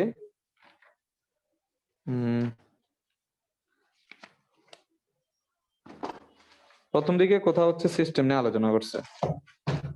এই বলো ইরাম, সিস্টেম কাকে বলে? ভাই পরীক্ষার জন্য যে নির্দিষ্ট অংশটাকে আদর্শ হিসেবে ধরা হয় সেটাই সিস্টেম। কে বললো এটা? রাজিন। ধন্যবাদ। তাহলে তোমরা যদি সেকেন্ড পার্টে বই কিনা থাকো, সেকেন্ড পার্টে বই কেনার পর কোথায় আমি সিস্টেমের সংজ্ঞাটা দিতে চাইতেছি, হ্যাঁ এটা সিস্টেম, সেটা হচ্ছে 8 নাম্বার পেজে পাবা। সেখানে যে হচ্ছে সিস্টেম পাবা। আমি হচ্ছে বইয়ের লাইনটাই বলি, ও যেটা বলছিল যে পরীক্ষার সময় আমরা যে নির্দিষ্ট অংশকে কি করি, বিবেচনা করি। তো এটা তোমরা লিখে রাখতে পারো এখনই, কারণ তোমরা তো সেকেন্ড পার্ট অনেকে যাওয়া নাই। যে এখন পরীক্ষা কি, মানে আমরা হচ্ছে কোনো কিছু এক্সপেরিমেন্ট করব, যে ফিজিক্সের কোনো ল অ্যাপ্লিকেবল কি অ্যাপ্লিকেবল না, বা কি নেচার প্রদর্শন করে। সো ওই পরীক্ষা করার সময় এই জগতের যে নির্দিষ্ট একটা অংশ আমরা কি করে নিব, বিবেচনা করে নিব। পরীক্ষা করার সময় নির্দিষ্ট যে অংশ কি করা হয়, বিবেচনা করা হয়।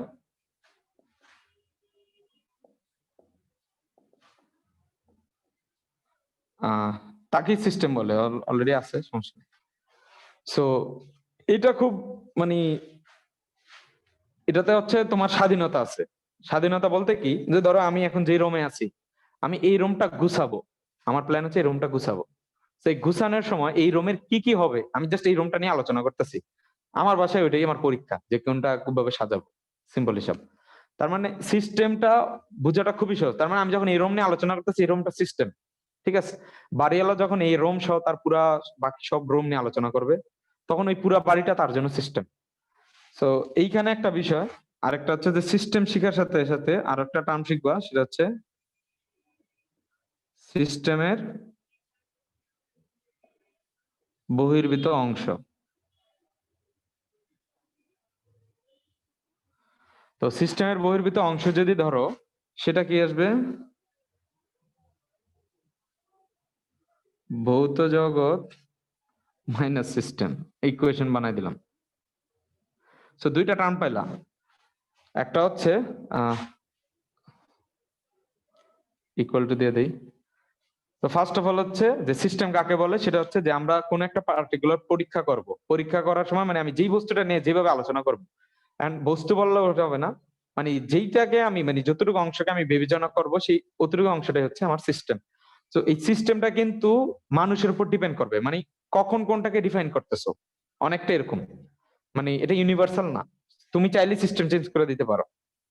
আর সেটা হচ্ছে সিস্টেমের বহির্ভূত অংশ, সেটা আমি লিখছি যে ইকুয়াল টু যে ভৌত জগৎ, অর্থাৎ পুরো জগৎ থেকে তুমি তোমার পার্টিকুলার সিস্টেমটাকে বাদ দিলে বাকিটুকু হচ্ছে সিস্টেমের বাইরের অংশ। আর এই যে আমি বাহ্যিক বল ডেফিনিশন দেব, এই বাহ্যিক বল হচ্ছে এই সিস্টেমের বহির্ভূত অংশ থেকে সিস্টেমের উপর আসতে হবে।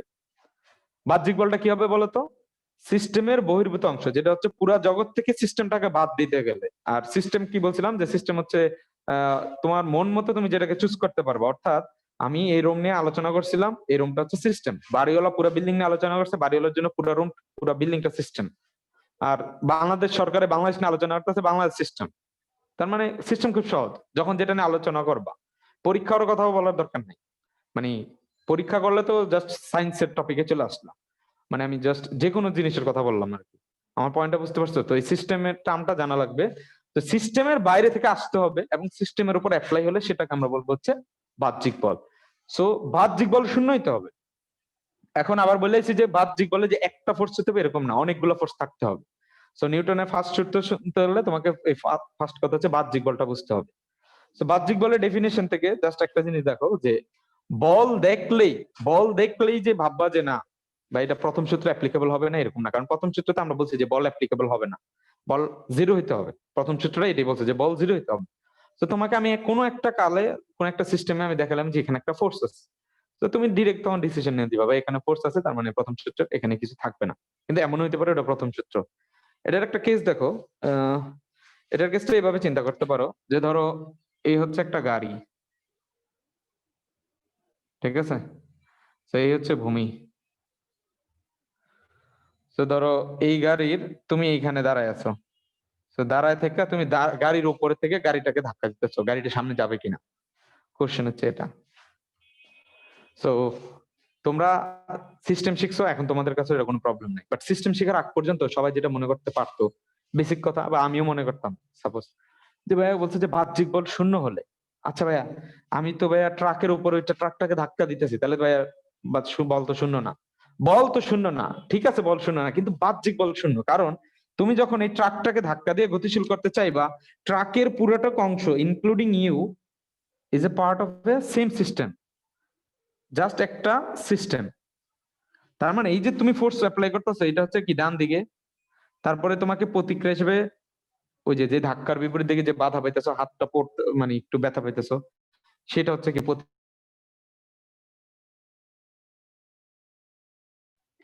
ভাইয়া আপনি মেবি ভাইয়া মিউট হয়ে গেছে।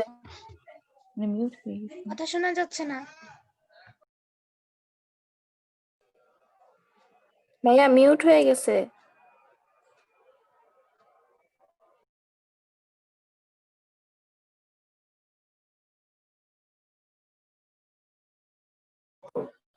তাহলে নিউটনের এই পুরা সূত্রটা যদি সামারি করো, বাহ্যিক বল হইতে হবে। বাহ্যিক বল মানে হচ্ছে একটার জায়গায় একাধিক হইতে পারে, কিন্তু এটা সিস্টেমের বাইরে থেকে আসতে হবে।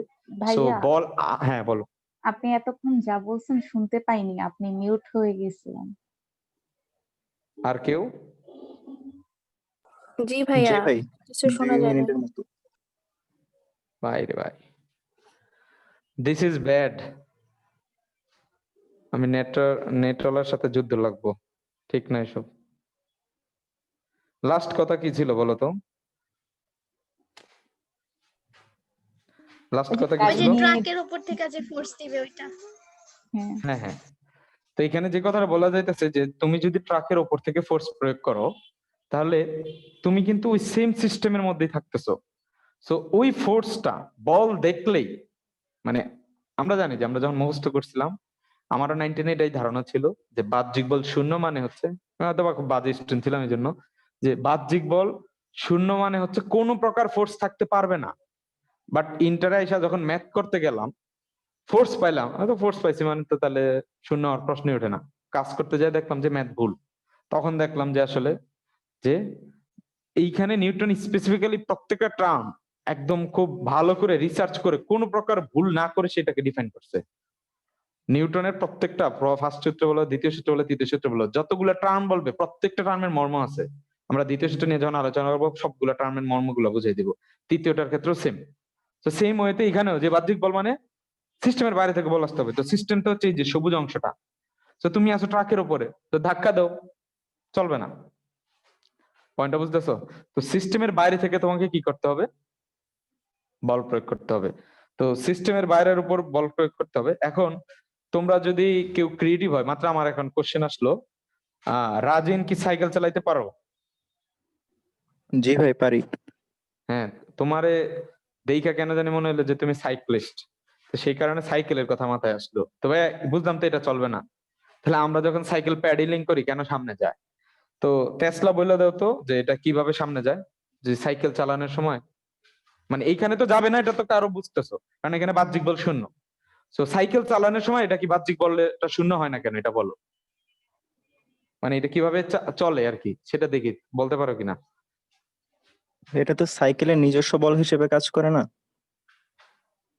মানে তুমি ধরো সাইকেলের উপর প্যাডেলিং করতেছো, তো তোমার প্যাডেলিংটা তো সাইকেল সহ তো তুমি একটা সিস্টেম, তাহলে কি তোমার আসলে চলার কথা কিনা, আমার প্রশ্ন হচ্ছে এটা।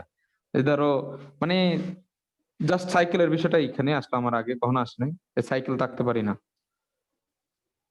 ভাইয়া এটা সাইকেল ঘর্ষণ বল আছে না নিচে? হ্যাঁ, নিচে তো ঘর্ষণ বল আছে, তো ঘর্ষণ বল ঘর্ষণ বল কি সামনে নিচ্ছে? আমি বলতেছি যে কেন সামনে যাবে, মানে একটু ব্যাখ্যা করো। চাকাটা তো মাটিতে ফোর্স প্রয়োগ করতেছে। সারফেস হুম, যদি একদম ঘর্ষণ বিহীন হইতো তখন তো চলতো না।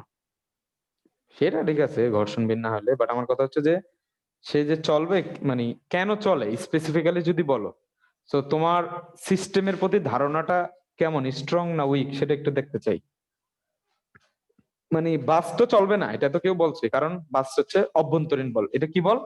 সেখানে দুইটা টার্ম মাথায় রেখো। বাহ্যিক বল যেহেতু শিখে ফেলছো, বাহ্যিক বলকে বলা হয় হচ্ছে এক্সটার্নাল ফোর্স। কি ইংরেজিতে নাম বলা হয়? দেখবো যে আমি মাঝে মাঝে এভাবে লিখবো AXT, মানে এটা হচ্ছে এক্সটার্নাল ফোর্স, এক্সটার্নাল। আর এটা হচ্ছে FINT, INT দেওয়া হচ্ছে ইন্টারনাল, মানে অভ্যন্তরীণ, সিস্টেমের ভিতরে সিস্টেমের বাইরে। সো অভ্যন্তরীণ ফোর্স আর একটা হচ্ছে বাহ্যিক বল। সো বলো যে সাইকেলে কেন যাইতেছে? কারণ তুমি যে প্যাডেলিং করতেছো তোমার ফোর্স, তো তুমি সব পুরাটা সাইকেল তো একটা সিস্টেম। আসলে এখানে যে কাজটা হয় সেটা একটু ভালো করে খেয়াল করো। তুমি তো সাইকেলের উপর ফোর্স দাও প্যাডেলিং এ, তো প্যাডেলটা কি করে একটা চেইনের উপর কি করে আরেকটা ফোর্স দেয়। তাহলে এই চেইন গুলা তখন ঘোরার চেষ্টা করে। ফার্স্ট অফ অল বুঝো ভালো করে, তো চেইনটা যখন ঘোরার চেষ্টা করে তখন এই বস্তুটা হচ্ছে ঘোরার চেষ্টা করবে। তো তোমার ফোর্সটা দেখো আলটিমেটলি আইসা এইটা কি করতেছে, সারফেসের উপর একটা ফোর্স অ্যাপ্লাই করতেছে। তো সারফেসও কিন্তু প্রতিক্রিয়া হিসেবে তোমাকে আরেকটা ফোর্স দিতেছে। পয়েন্টটা বুঝতেছো? তার মানে তোমার বলটা ছিল অভ্যন্তরীণ বল, ম্যাটার করে নাই, কিন্তু তোমার বলটা এই চেইনের মাধ্যমে প্রথমে চাকাগুলাতে আসতেছে। চাকাগুলাতে আসার পর সেটা কিন্তু মানে ওই সিস্টেমের বাইরে, বাইরে কোথায়? ভূমিতে। ভূমিটা কিন্তু সিস্টেমের বাইরে, সেখানে একটা বল প্রয়োগ করতেছে। এখন পর্যন্ত কিন্তু কোনো এক্সটার্নাল ফোর্স আসে নাই। হ্যাঁ, সিস্টেম থেকে সিস্টেমের বাইরে বল গেছে, তো সমস্যা কি? আমার কথা হচ্ছে নিউটন বলে দিচ্ছে সিস্টেমের ওপর ফোর্স আসতে হবে যদি গতিশীল হতে হয়। নিউটন কি ভুল বলছে? না। কিন্তু যখন তুমি বাইরে বল প্রয়োগ করতেছো, তোমাকে কি করতেছে আবার? ভূমিটা কি করতেছে? প্রতিক্রিয়াটা দিতেছে। তো সেই প্রতিক্রিয়ার কারণে কি হইতেছে? সাইকেলটা গতিশীল হইতেছে। কিন্তু বাসের ক্ষেত্রে এইটা কিন্তু সুযোগ হইতেছে না। এখন একটা জিনিস জাস্ট খেয়াল করো, তবে এইখানে তো এই কথাটা বুঝলাম গতিশীল হইতেছে না, বাট তোমরা একটা জিনিস খেয়াল করো তো, যে যদি তোমরা 15-20 জন উঠা বাসের উপর যাও, বাসের উপর যাওয়ার যদি ধরো একটা ডিজে পার্টি করো, গ্রামে যেটা চলে বিভিন্ন অকেশনে, যে ধরো গান বাজায় হিউজ ডিজে পার্টি করো, গাড়ি অচল থাকলেও কি ডানে বামে শিফট হয় না? ওইটা আসলে কেন হয়? কারণ আমি যে এখানে ফোর্সটা অ্যাপ্লাই করতে বলছি, আমি স্পেসিফিক বলতেছি যে সামনের দিকে প্রয়োগ করবা। সো এই এফ আর এই প্রতিক্রিয়া ওভারঅল এক্সটার্নাল ফোর্স একে অপরকে কি করে দিতেছে, মানে ওভারঅল, মানে যেহেতু সিস্টেমের ভিতরে কাজ করতেছে, এটা ডিরেকশন ডান দিকে, এটা ডিরেকশন বাম দিকে, তো আলটিমেটলি কিন্তু কোনো একটা লোডে থাকতেছে না। বাট ওই যে ধরো ডিজে পার্টির সময় যেটা হয়, যে ওইটা কোনো না কোনো ভাবে নিচের চাকার মাধ্যমে ভূমিতে কি হয় যায়, হালকা একটু কি আসে, বল প্রয়োগ করে। আর সেইটার প্রতিক্রিয়া হিসেবে ডানে বামে একটু শিফট হয়, কারণ ঝাঁকাঝাঁকির সময় তখন যায় দেখবা যে একটা জায়গার মধ্যে একটু সামনে পিছিয়ে আসা যাওয়া করে। তার মানে কোনো একটা সময় হচ্ছে যে একেবারেই সামনে পিছিয়ে যাচ্ছে না, কোনো একটা সময় হচ্ছে একটু সামনে পিছিয়ে যাচ্ছে। একটু সামনে পিছিয়ে যাওয়ার বিষয়টা তো নিউটনের প্রথম সূত্রটা কভার করতে হবে।